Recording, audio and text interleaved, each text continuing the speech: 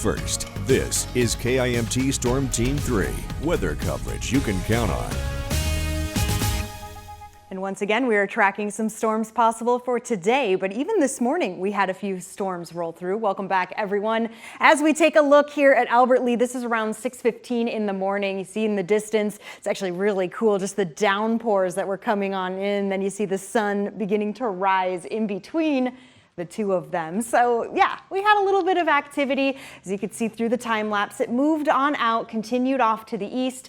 And as it did, it created a bit more of a quiet start here as the day continued on. Coming into the afternoon now, we're seeing more of the sunshine. Temperatures are going up, dew points are going up, and instability is going up. So although we did see a few of these storms kind of burst out, this is a look over the last 6 hours. So we can see it was pretty strong during the time. Lots of lightning, rumbles of thunder. I like how some of it went further east, some of it to the northeast. It kind of just flared out.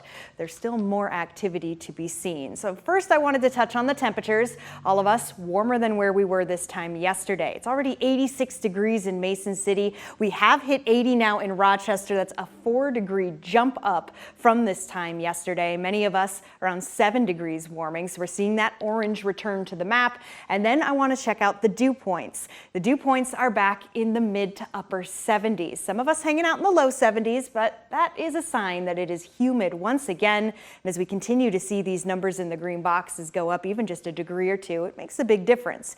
It helps with the instability, that threat that we could see some storms triggered as we get later into today. So satellite and radar is still picking up on a few little bits and bobs of activity.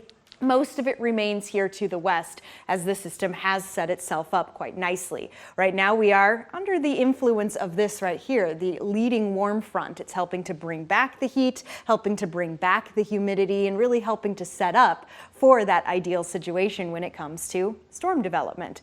This right here behind it, the cold front, well, that's going to be responsible for bringing out the atmosphere. So just another way of looking at it, as this one rises, it brings more heat and humidity. And as this one comes further on in from the west, it brings that severe weather risk. But it also brings some drier and cooler air as we finish off the week and head into the holiday weekend.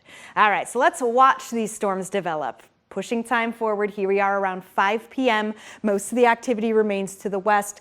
I do want to point out that this is another threat for those of you going to the state fair in the Twin Cities.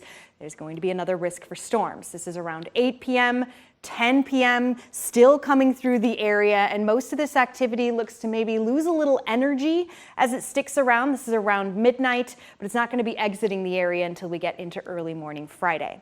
I pointed out the Twin Cities because currently under a level 3 risk for severe development. Meanwhile, the majority of us remain under a level 2. Portions of Goodhue County could be seeing a little higher threat for that severity as we go through the day. Again, timing around 6 p.m. to midnight. As for the cold front and the things coming after it, well, we've got a slew of good temperatures and good dew points. Very quickly, they fall from the 70s into the low 50s, and combine that with temperatures near normal and a little bit below normal. We've got some comfortable days ahead for our Labor Day weekend. It's just today that's going to be a bit on the busier side. Great news for all those Labor Day plans. Yeah, it'll be a great weekend, but today's just a busy day. All right, thanks, Sarah.